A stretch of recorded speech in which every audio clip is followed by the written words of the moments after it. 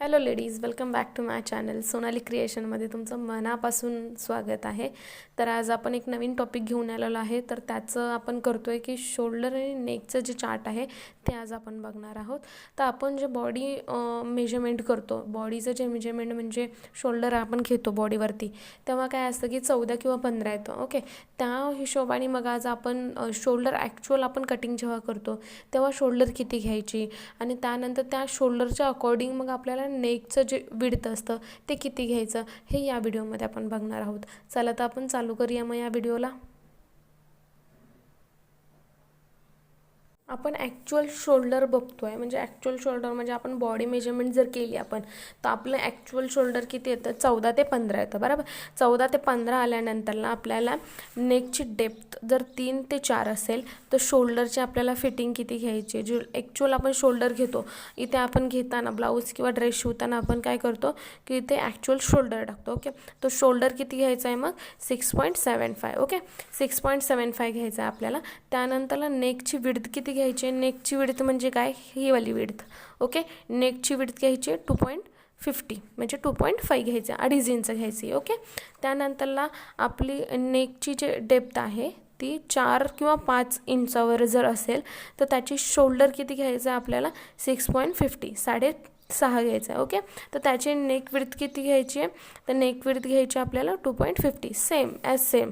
फक्त आपल्याला एकदम मायनर असा हे करायचं, एकदम मायनर कधी की 9, 10 म्हणजे 8च्या नंतरला जे जास्तीत जास्त फक्त कमी करायचं आहे. बाकी तर आपल्याला काय करायचं? 2.50 2.5 इंच हे ठेवूनच द्यायचं. ओके, 2.5 इंचावर ठेवायचं आहे मेन. त्यानंतरला 5 ते 6 असेल तर शोल्डरची जी फिटिंग असेल, शोल्डर आपल्याला ॲक्च्युअल शोल्डर किती घ्यायचं आहे? तर 6 घ्यायचं आहे. नेक विड्थ घ्यायची 2.25. ओके, इथे आपल्याला चेंज झाली आहे. किती?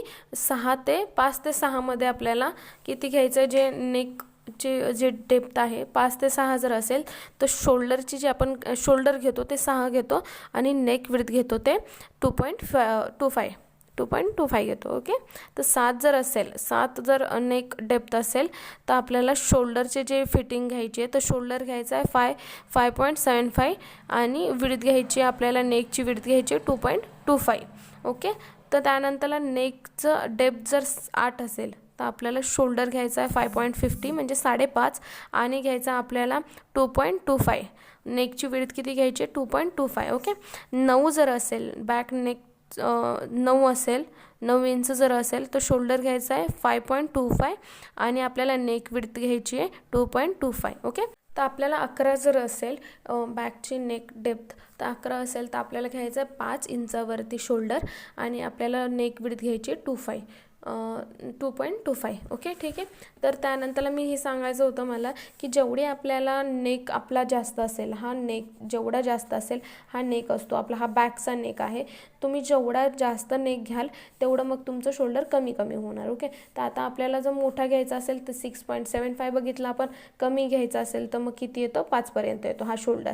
ठीक आहे, तुमच्या अकॉर्डिंग आहे, तुम्ही किती मेजरमेंट करता, किती घेता त्याच्यावरती आहे. पण हा मेजरमेंट चार्ट जर तुम्ही वापरला तर तुम्हाला खूप सोपं पडेल, खूप सोप्या पद्धतीने तुम्हाला लवकरात लवकर समजेल. हा व्हिडिओ जर तुम्हाला आवडला असेल तर नक्की शेअर, लाईक आणि कमेंट नक्की करा.